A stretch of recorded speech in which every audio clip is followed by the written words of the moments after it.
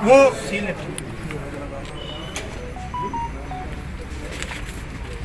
धन्यवाद। एक minute sir, ये जो मांगे लेके आए थे, इनके इन सूत्रों में क्या क्या पहलू होगी, कब तक होगी? उनका निराकरण करवाया जाएगा, जो जिस विभाग का होगा उस विभाग को भेज दिया जाएगा सिस्टम। तो आपके स्तर का जो हाँ, जो जैसे कि जैसे ग्राम पंचायतों का है, ये सारी चीजें, इनमें आपके क्या निर्णय है? सीओ को भेज दिया जाएगा निराकरण के हेतु। आपको तो जानकारी होगी, तहसीलदार साहब को भी होगी, कलेक्टर को भी थी, जो उन्होंने ज्ञापन सौंपने का वादा किया, तो तहसीलदार साहब कार्यालय से बिना सूचना दिए क्यों चले गए? तहसीलदार साहब भीतरी चले गए हैं, वहाँ पे फूड पॉइजनिंग कारण लोग बीमार हैं, तो मेडिकल टीम के साथ भीतरी गए। चले, धन्यवाद। आज अनशन में बैठी थी और तहसील पे आके ज्ञापन सौंप रही है, इस पे क्या क्या बिंदु लेके आप आए थे? इनको ज्ञापन दिया गया है जिसमें सभी सूत्रों को जानकारी दे दी गई है।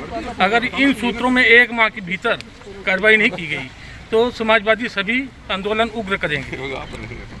आज तक समाजवादी पार्टी उभर के सामने नहीं आई, क्या चुनाव नजदीक है इस कारण आ रही है? कुछ नहीं, ऐसा कुछ नहीं है। समाजवादी पार्टी हमेशा गरीब जनता के साथ रहती है और हमेशा उभर के आती है। अगला बिंदु आपका क्या रहेगा? अगर मान के चलिए आपका विधायक यहाँ से बनता है तो क्या क्या नीति लेके आएंगे, क्या क्या लेके आएंगे? विधायक अगर हमारी पार्टी की विधायक बनते हैं, हमारी पार्टी की सरकार में सत्ताधारी भागीदारी होती है, तो गरीब जनता गरीब नहीं रहेगी, खुशहाली का उसका दिन रहेगा। नहीं, एक बार भी आपके भंवर साहब भी समाजवादी पार्टी से विधायक रह चुके हैं, अभी तक तो उनको उस समय का बदलाव आपको ध्यान में नहीं होगा। उस समय जब गरीब जनता खुशहाल थी। मैं आपसे जानना चाहता हूँ कि आपने आज जो सिहावल और श्रीरामपुर नैकी में तहसील का घेराव किया, किस किस बिंदु को लेके किया? मैं सिहावल के रामपुर नैकिन के जो ब्लॉक अध्यक्ष हैं, यहाँ के जो व्यवस्थित लोग हैं, इनके द्वारा सूचना दी गई कि गरीबों के पास कई समस्या है, कई गांव में कई परेशानी है, इस कार्यक्रम में आप सबको आना है। हम सब लोगों ने आया, 19 सूत्री मांगे रखा तहसीलदार के महोदय से के समक्ष, कलेक्टर साहब या राष्ट्रमत महामहिम महोदय के लिए।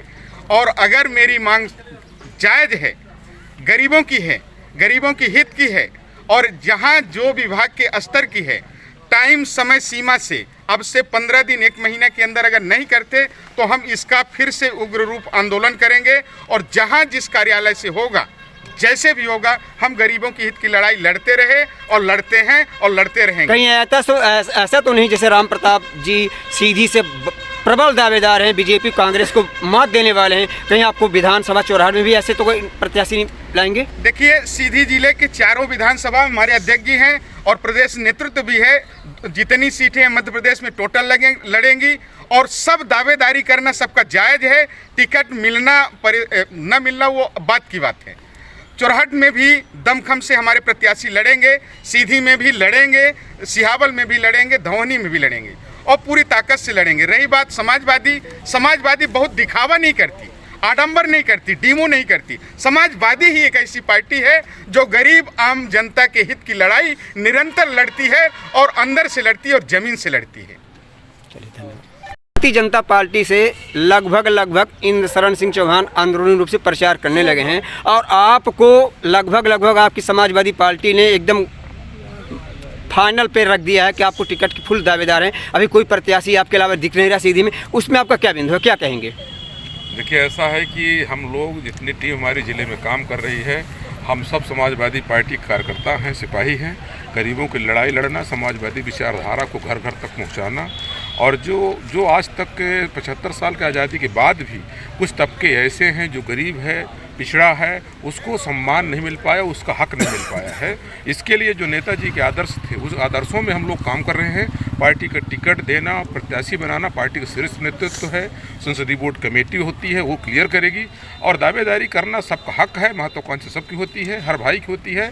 और जब जो टिकट पा जाता है उसके लिए हम सब समाजवादी मिलके और उसको विधायक बनाएंगे, अपनी सरकार बनाएंगे, लोगों को भला हो। चौराहा विधानसभा में क्या है, प्रत्याशी कैसे आप चुनेंगे, किसको चुनेंगे? देखिए, अभी कुल मिला के तो गाइडलाइन आप लोग सुन लिए हैं। सीधी में हमारे प्रदेश अध्यक्ष जी आए थे, रामायण सिंह पटेल जी, उन्होंने बता दिया है कि सीधा बात है, जिस साथी के नेतृत्व में 4 से 5 हज़ार सदस्य विधानसभा बन जाएंगे, वही दावेदारी करने के उसमें लगभग खड़े होने लायक रहेगा, दावेदारी करने लायक रहेगा। जैसे कि मैंने सर्वे किया, आपकी 2 विधानसभा लगभग फाइनल हैं और रही धवनी विधानसभा और सिहावल, इस पे किसी प्रकार की आपकी पार्टी ने कोई कार्यक्रम नहीं किया, कोई धरना प्रदर्शन नहीं किया, किसी प्रकार की, जो भी सबसे ज़्यादा वहाँ पे दुराचारी हो रही हैं? बिल्कुल सही कह रहे हैं, ये बात सही है। अभी कार्यक्रम कोई बड़े नहीं हुए हैं, लेकिन जब कभी घटना, जैसे अभी आप पूछे कि आप लोग चुनाव में दिखते हैं, अभी 1 साल पहले आपको ध्यान होगा बस्तुआ में 3 बच्चों को हाथी कुचल दिया था। वहाँ पर समाजवादी पार्टी शिष्टमंडल गया था, मैं खुद था उसमें। और अभी हाल में एक भरतीय समाज की हैं, वो सरपंच थी, उनको बाघ खा लिया। हम लोग पूरा शिष्टमंडल गया था, द्विवेदी जी गए थे, 4 से साथी गए थे वहाँ पे, और हम लोगों ने वहाँ पे बोल के आया था कि ऐसा है कि यदि सरकार इनका नहीं सुनेगी तो हम इनके लिए आंदोलन करेंगे। उसका असर पड़ा कि तीसरे दिन ले जा करके वहाँ के SDM साहब, कलेक्टर साहब, उनको 8 लाख का चेक सौंप दिया। तो समाजवादियों को ये बात सच्चे बोले, हम लोग दिखावा कम करते हैं, वो सोशल मीडिया में नहीं चाहते हैं।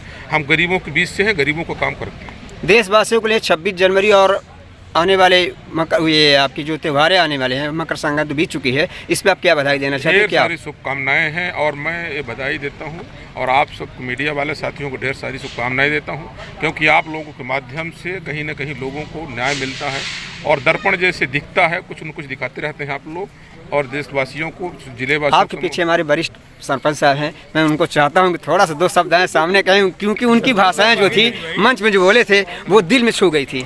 मैं आपको अपने खबर पक्ष चैनल में आपका स्वागत करता हूं, तहे दिल से वंदन अभिनंदन करता हूं, लेकिन आपने जो समाज के लिए जो वक्तव्य बोले थे, उस वक्तव्य में एक बार मैं चाहता हूं मेरे चैनल में आप बोलें। मेरा कहना ये है कि चुरहट में इस बार दमखम से लड़ा जाएगा और दोनों सूरवीरों को धराशायी किया जाएगा, ये मेरा कहना है। मैं एक अच्छा कैंडिडेट दूंगा, सब मिलकर एक अच्छा कैंडिडेट का चुनाव करूंगा, और अच्छे भारी मतों से 40,000 वोटों से जिताएंगे उसको। हमारे बीच में एक धर्मेंद्र सिंह परिहार बघेल जी भी हैं, ये जो समाजवादी में काफ़ी परिश्रम किए, मैं इनसे वक्तव्य लेना चाहता हूँ, लेकिन आपके बगल में खड़ा करके। आइए। धर्मेंद्र जी, आपने समाज सेवा में बहुत ज़्यादा काम किया, और समाजवादी पार्टी के लिए आपने एक अच्छा नीति और अच्छी सोच लेके आए हैं। कहीं ना कहीं आपने उस विधानसभा को खंडन किया जहाँ पे कांग्रेस का गढ़ था, इस पे आपका क्या कहना है?